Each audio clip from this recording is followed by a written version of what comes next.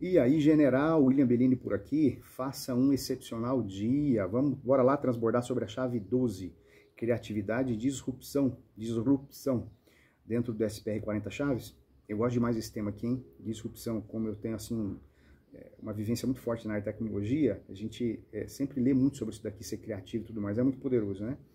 Enquanto eu assisti essa aula aqui, eu fiquei lembrando da infância. Como nós, enquanto crianças somos muito mais criativos, né? A gente não tem vergonha, não tem medo de se expor ao ridículo, é tanta coisa que acontece ali, e com o passar do tempo a gente vai perdendo isso, e a gente vai deixando de ser criativo, mas essa criatividade já está aqui dentro, está dentro da gente. Se você não for uma pessoa ridícula, que força a barra, você não vai viver o ápice da criatividade. Eu preciso ser ridículo, eu preciso forçar a barra em alguns momentos, para que eu consiga ser mais criativo, tá ok? Criatividade é um estado natural de quem questiona, de quem faz pergunta, de quem está sempre ali questionando as coisas. E se a criatividade, já que a criatividade é um estado natural, como é que eu faço para acessar essa criatividade? Eu preciso ser ridículo. Se eu não for ridículo, se eu não for como uma criança, eu não vou acessar o extraordinário. O que é o extraordinário? Aquilo que é fora do comum, que as pessoas já estão fazendo. Ser criativo é pensar diferente. E aí quem pensa diferente hoje é rotulado do quê? Diz aí, do que você é rotulado quando você pensa diferente das outras pessoas? Você pensa fora da caixinha, você não quer caminhar junto com a boiada. Você acorda 4 e pouco da manhã para poder estudar e para poder crescer. As pessoas falam assim, você é maluco, você está com algum problema? Ou seja, porque você não está dentro daquela caixinha da normalidade. Em uma chave, nós temos duas pontas dentro dessa chave. Uma ponta é a criatividade e a outra ponta é a disrupção. Ou seja, essas duas coisas estão juntas ali dentro dessa chave. Pensar diferente fará com que você tenha resultados diferentes. Ué, se eu faço as coisas sempre do mesmo jeito, como é que eu vou ter resultado diferente? Eu preciso pensar, ser criativo, projetar aqui com o meu córtex pré-frontal essa coisa de maneira diferente. Ok? E nós temos aí uma doença que atingiu a população mundial de maneira assim assombrosa, chamada normalidade.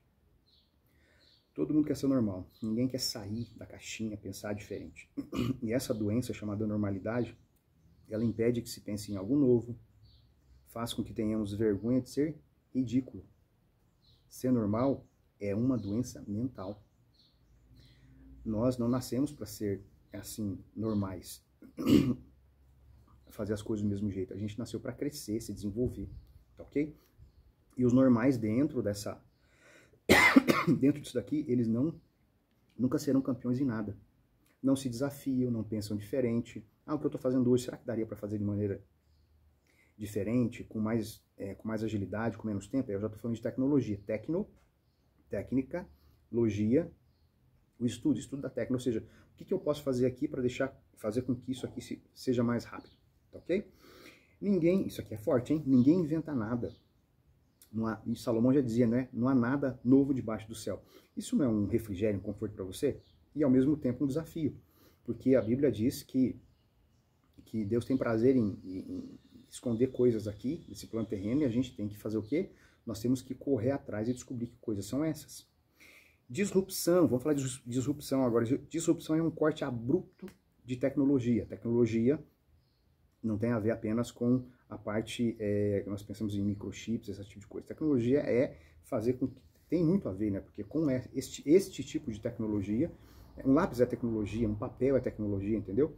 Mas com a tecnologia digital, essa parte eletrônica, as coisas aceleraram muito mais. E quando acontece um corte abrupto, ou seja, se para de fazer uma coisa, vira a chave e vai fazer uma outra, a gente chama isso de disrupção. Então, por exemplo, nós tínhamos os papiros. Vamos pensar na Bíblia, por exemplo, né? Quando nós lemos lá no Velho Testamento, ninguém fala lá que o cara pegou a Bíblia e saiu abrindo, não. Eles pegavam os livros. E como eram os livros? Em papiro, era em couro, era talhado em pedra, lá no comecinho. Era o instrumento, a tecnologia que se tinha. Ou depois, aí nós temos papel, aí nós temos a imprensa, nós temos as gráficas, daí nós temos os livros impressos, aí nós temos a Bíblia impressa. Depois disso passa-se um tempo, e não é tão, hoje dentro das igrejas, por exemplo, você dificilmente vê um jovem com Bíblia de papel na mão. O que eles estão? Com um aplicativo no celular, ou com o Kindle. Então, com relação a livro, por exemplo, era muito comum eu tenho em casa aqui uma biblioteca que fica no fundo dos meus vídeos, ali, que eu sempre estou gravando com vocês ali, é um monte de livro lá no fundo. Só que agora eu virei a chave, eu estou com um Kindle. Então os livros saem dali e vão para o Kindle. E é interessante que quando o Kindle foi lançado, como a minha área de atuação é a área de exatas, e essa parte física da luminosidade no papel, como é que isso é interpretado pelos nossos olhos, e como é que isso é captado, e o processo de aprendizagem, no papel é muito maior. A retenção é maior por conta da reflexão da luz. O que aconteceu? Nos primeiros Kindles, isso não era tratado, era só pegar um documento aqui e jogar numa tela, como essa que está aqui, ou esse celular, estou com o notebook aqui no meu colo. Mas a leitura aqui é muito ruim, cansa os olhos, por quê? Por conta da luz que sai daqui. Então, por exemplo, eu tenho esse óculos aqui, ele tem um filtro para conseguir trabalhar nos computadores. Há um tempo atrás esse filtro não tinha, aí você ficava cansado, aquilo lá machucava, irritava os olhos. Então hoje você tem tecnologia nos óculos para isso daqui, e o Kindle mudou drasticamente. O que eu comprei agora, ele automaticamente, ele é o Signature, tá ok? O que ele faz? Ele lê o ambiente e automaticamente ele mexe na luminosidade. E ele está imitando cada vez mais o papel cada vez mais. Ou seja, para ler à noite, o que eu tinha é fantástico para ler à noite, que tem um modo noturno, e eu não incomodo ninguém no quarto mais, coloco no modo noturno, vou para o meu cantinho e começo a ler. Aquela luminosidade que tem ali, ela não interfere tanto assim no sono da minha esposa, e ela quando está com o Kindle dela.